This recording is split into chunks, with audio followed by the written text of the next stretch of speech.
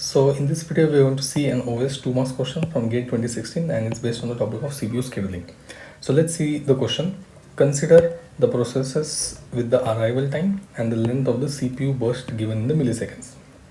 Now the scheduling algorithm used is preemptive shortest remaining time first. So we are going to use this CPU scheduling algorithm. These are processes with the arrival time and the burst time. Now the question demands that the average turnaround time of these processes is in milliseconds. So we have to calculate the turnaround time for every process and then find the average of it. Now before we go ahead, let's see what is the turnaround time. So turnaround time is nothing but the arrival of the process. So any process arrives at some point, and then after some time it goes to into completion. The process completes. So the time between the arrival of the process and the completion of the process is called as the turnaround time. It is simply this subtraction between these two values. Now as we can clearly see in the table, we have arrival time. Arrival time of every process is mentioned.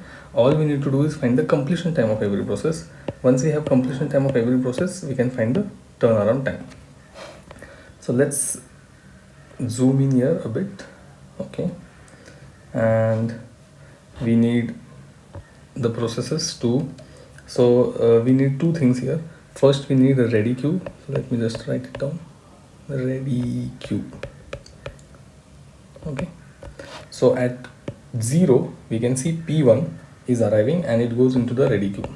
Now from ready queue, since there is no competition, it will directly be chosen to run with the CPU. So this is the CPU running state, and process P1 will be chosen at 0. So let me just write it down here. P1 is chosen at the 0th second. Now this process will continue until the next process arrives at the 3rd second. So let me just write here 3. Now at second 3 we have P2 arriving into the system. So P1 is already running, so P2 arrives into the system. Now P1 has spent 3 seconds with the CPU, so the time remaining is 7. 3 seconds have gone with the CPU and it needs 7 more seconds. Now P2 has the burst time of 6 seconds, whereas P1 has the burst time of 7 seconds. So if you want to follow this shortest remaining time first, we have to pick up P2, and it's preemptive. Preemptive as in P1 will be picked out. So P1 goes back into the ready queue and P2 gets picked up with the CPU. So here comes P2 with the CPU and P2 starts running.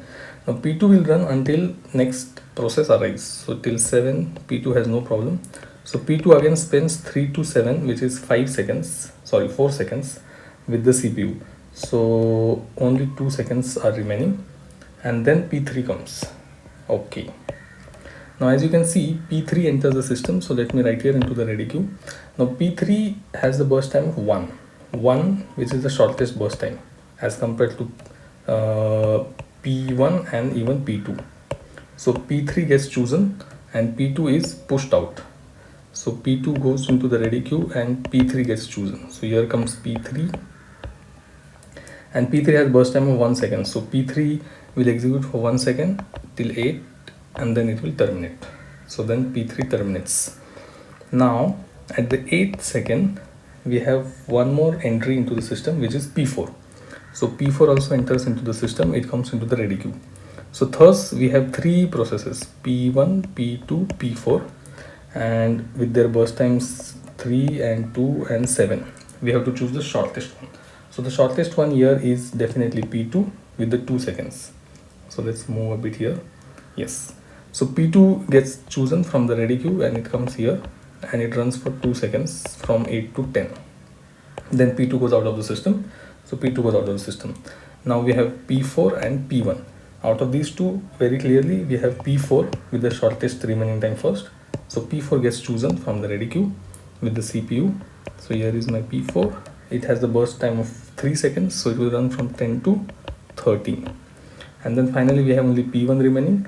P1 has a burst time of 7 seconds. So let's extend this. So it will run for next 7 seconds till 20, and then P1 will come here, and thus P1 will also get terminated, and the entire batch of the processes P1 to P4 is scheduled with the CPU. Now let's clear this mess up so that we can note down the completion times.